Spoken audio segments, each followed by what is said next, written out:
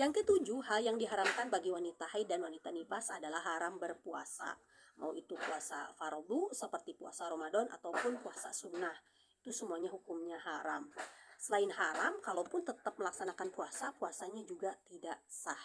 Nah, dalil keharaman puasa bagi wanita haid dan wanita nifas itu ada dalam hadis riwayat Muslim. Dalam hadis tersebut Siti Aisyah berkata, "Kunna nu'maru biqada'i shaum wala nu'maru biqada'i shalat." Nah, dari hadis ini menunjukkan bahwa pada saat itu para wanita tidak berpuasa di bulan Ramadan, makanya diperintahkan untuk mengkodok puasanya, ya. Karena kalau diperintahkan mengkodok puasa berarti pada saat bulan Ramadannya gak puasa dong gitu. Maka ini menunjukkan pada saat itu ada larangan berpuasa bagi wanita haid dan wanita nifas. Sehingga kemudian adalah perintah untuk mengkodoknya.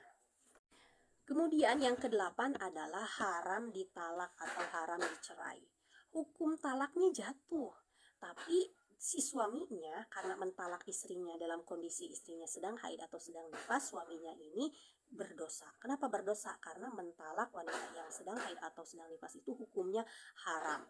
Nah, dalil keharaman mentalak wanita yang sedang haid atau sedang nifas itu ada di dalam surah At-Tolak ayat 1. Nah, makna dari surah At-Tolak ayat 1 ini dijelaskan di dalam kitab Al-Ibanah wal Ifadhah.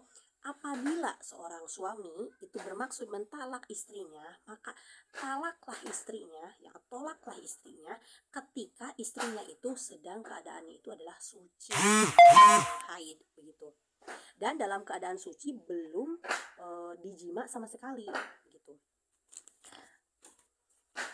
Nah, ada kisah sahabat Nabi, ini kisah Abdullah bin Umar, yakni putranya Umar bin Khattab.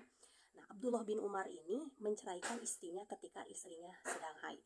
Dan berita masalah menceraikan istrinya ketika haid ini sampai kepada baginda Nabi Muhammad SAW. Kemudian apa yang dilakukan oleh baginda Nabi? Baginda Nabi memerintahkan kepada Abdullah bin Umar untuk merujuk, ya, dirujuk lagi istrinya. Setelah dirujuk barulah ditolak atau ditalak ketika istrinya dalam kondisi sudah suci dari haid gitu. Kenapa kok haram mentalak wanita haid? Alatnya adalah karena itu akan memperpanjang masa iddah bagi wanita tersebut. Kemudian yang kesembilan adalah haram lewat ke masjid, ya. Kalau khawatir akan mengotori masjid, kalau khawatir darahnya akan menetes. Kalau diam di masjid atau bolak-balik mondar-mandir di dalam masjid itu sudah dijelaskan di titik sebelumnya, hukumnya haram. Mau dia khawatir ataupun dia tidak khawatir darahnya menetes, hukumnya tetap haram. Tapi kalau lewat itu hukumnya haram kalau si wanita haid atau wanita nifas ini khawatir darahnya akan menetes atau khawatir akan mengotori masjid. Tapi kalau dia yakin, saya yakin nih gak bakal tembus, saya yakin darah saya gak bakal netes di masjid karena saya sudah pakai pembalut, maka hukum lewat di masjid ini hukumnya boleh tapi makruh. Kemudian yang ke-10 adalah haram menyentuh pada area pusar dan lutut. Nah, di sini dijelaskan bahwa telah ijma para ulama ahli fikih akan keharaman mewati wanita haid. Haram juga mewati wanita nifas. Mewati berarti jimanya, ya. Kalau jimanya itu sudah disepakati oleh para ulama ahli fikih, itu hukumnya adalah haram. Dalil keharaman menjima wanita haid dan wanita nifas ini adalah terdapat pada surah Al-Baqarah ayat 222.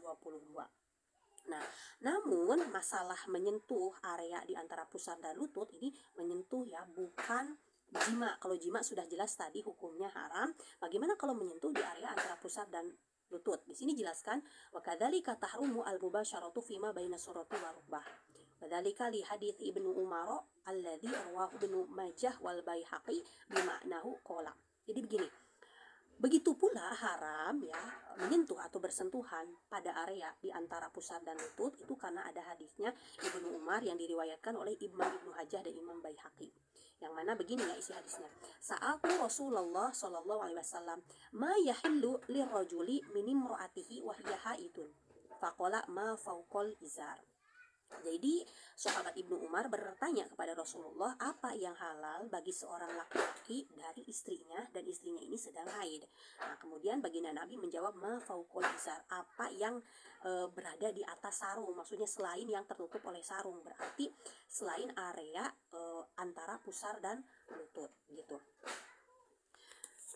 Nah, di sini dijelaskan di dalam kitab Al-Ibanah wa Ifadah, waqtalafa fuqaha'una asy-syafi'iyyatu hal tahrumul mubasyaratu am istimna.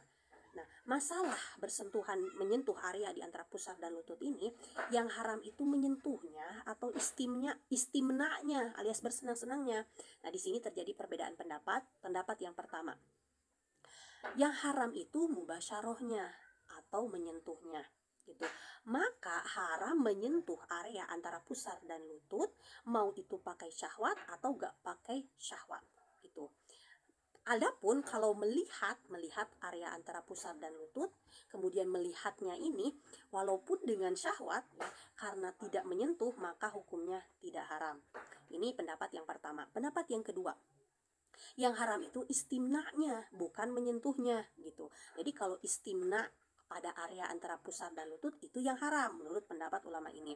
Maka dari itu menurut pendapat ulama yang ini haram melihat gitu dan haram menyentuh gitu, dengan syarat kalau melihat dan menyentuhnya ini menimbulkan syahwat gitu. Jadi melihat haram kalau memang menimbulkan syahwat, menyentuh pula juga hukumnya haram kalau disertai syahwat. Artinya menurut pendapat ulama yang ini, kalau menyentuh tapi tak timbul syahwat maka hukumnya tidak haram. Yang ke-11 adalah haram at-thaharatu biniyati ta'abbud. Haram bersuci mau itu wudu atau mandi wajib dengan niat ta'abbud atau ibadah atau niat menghilangkan hadas.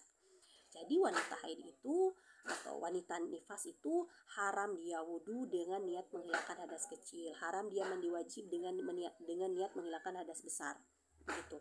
Adapun kalau mandi yang hukumnya sunnah itu hukumnya tidak haram ya, seperti contohnya seperti mandi yang sunnah sebelum ihram, mandi sunnah sebelum wukuf, mandi sunnah sebelum melontar jumroh, itu hukumnya tidak haram. Kenapa? Karena mandinya ini bukan menghilangkan hadas besar ya. Mandinya ini, mandi sunnah ini kan untuk kebersihan tubuh ya. Makanya tidak diharamkan bagi wanita haid dan wanita nifas. Dalilnya kebolehan mandi sunnah untuk wanita haid itu adalah hadis bahwa pada saat itu kan Siti Aisyah mengalami haid ketika beliau itu ibadah haji. Nah, baginda Nabi kan mengatakan kepada Siti Aisyah seperti ini, isna'i ma yasna'ul haju ghairu alla yatufi bil bait. Nah, baginda Nabi mengatakan wanita haid itu boleh melakukan semua rangkaian ibadah haji kecuali yang tidak boleh itu cuma tawaf saja. Artinya mandi sunnah sebelum ihram, mandi sunnah sebelum wukuf, mandi sunnah sebelum melontar jumroh itu diperbolehkan. Begitu pula seperti mandi sunnah sebelum memasuki bulan Ramadan itu juga diperbolehkan, karena mandi yang sunnah ini itu bukanlah mandi untuk menghilangkan hadas besar.